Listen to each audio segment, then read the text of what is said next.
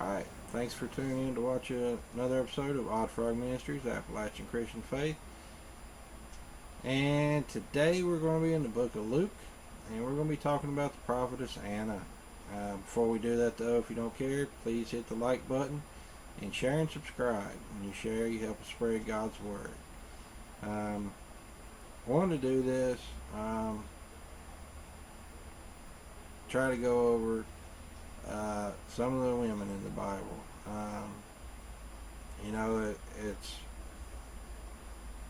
It's amazing how sometimes I think people, how little they pay attention to certain little things in the Bible and how important yet they really were. And you know that because people don't respect women in the church. And women don't respect women in church at times. There are women that try to shut other women up, and they don't believe women have the right to do things. And granted, there are certain jobs that God requires men to do. They're expected to do. But if a man's not there to do it, God's going to use who He can use to do it. That's just the way it is. And we'll read about that. We'll go to Acts chapter 2 to read about that here in a little bit. But we're going to start off here in Luke talking about the prophetess Anna. So, 36th verse says, "And there was one, Anna, a prophetess, the daughter of Phanuel of the tribe of Asher. She was of great age, and had lived with a husband 7 years from her virginity." And 37th, 38th verse goes on to say, "And she was a widow of about 84 years." That would be equivalent to 84 years. So put the 7 on that, she was 91. Put maybe 10 more, 11 more years on that. So she was probably a little over 100 years old right now. Which departed not from the temple, but served God with fasting, prayers, night and day. And she, coming in the instant, gave thanks likewise unto the Lord, and spoke of Him to all them that looked for redemption in Jerusalem. Now, what this is referring to is whenever Joseph and Mary had took baby Jesus up to Jerusalem, to the temple. She was there, and she witnessed and knew who Jesus was, knew He was the Redeemer, and she wanted to share that with. She would share that with people. She had a rough beginning in life. She lost her husband after only 7 years, but then she devoted her life to God, fasting and praying in the temple.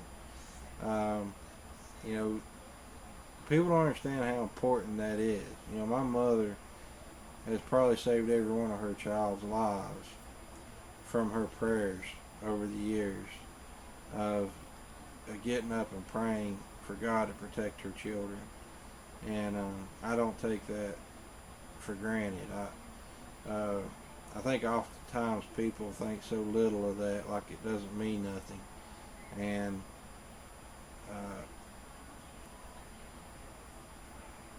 I don't know where I'd be today without those prayers.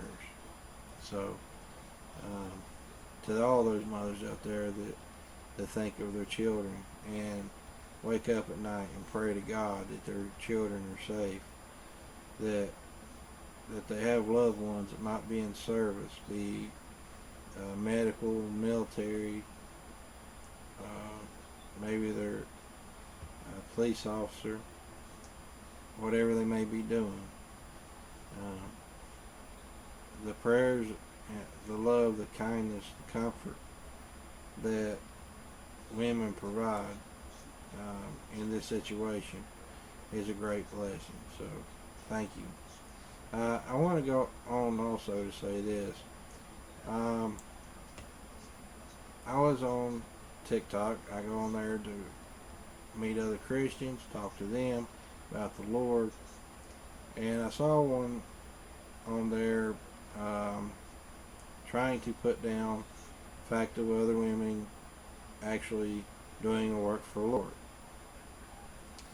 and saying that women should keep silent church, as in 1 Corinthians.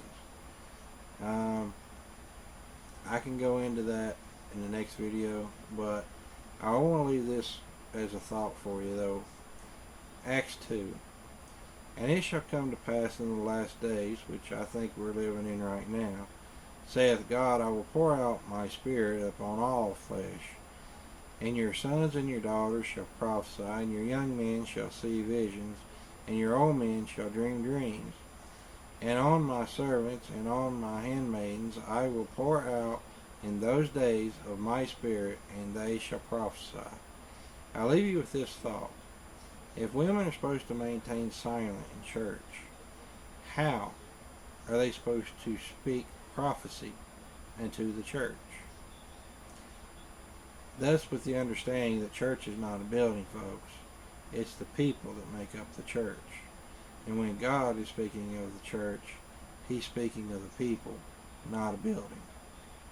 I'll leave you with that thought. I'll be back with another episode, hopefully tomorrow, Lord willing. If not, as soon as we can get there. We've been kind of covered up, unfortunately, with a few things due to the loss of my wife's mother. And so just remember, send your prayers. We greatly appreciate that. But until the next episode, may God's will be done. Y'all take care, and God bless.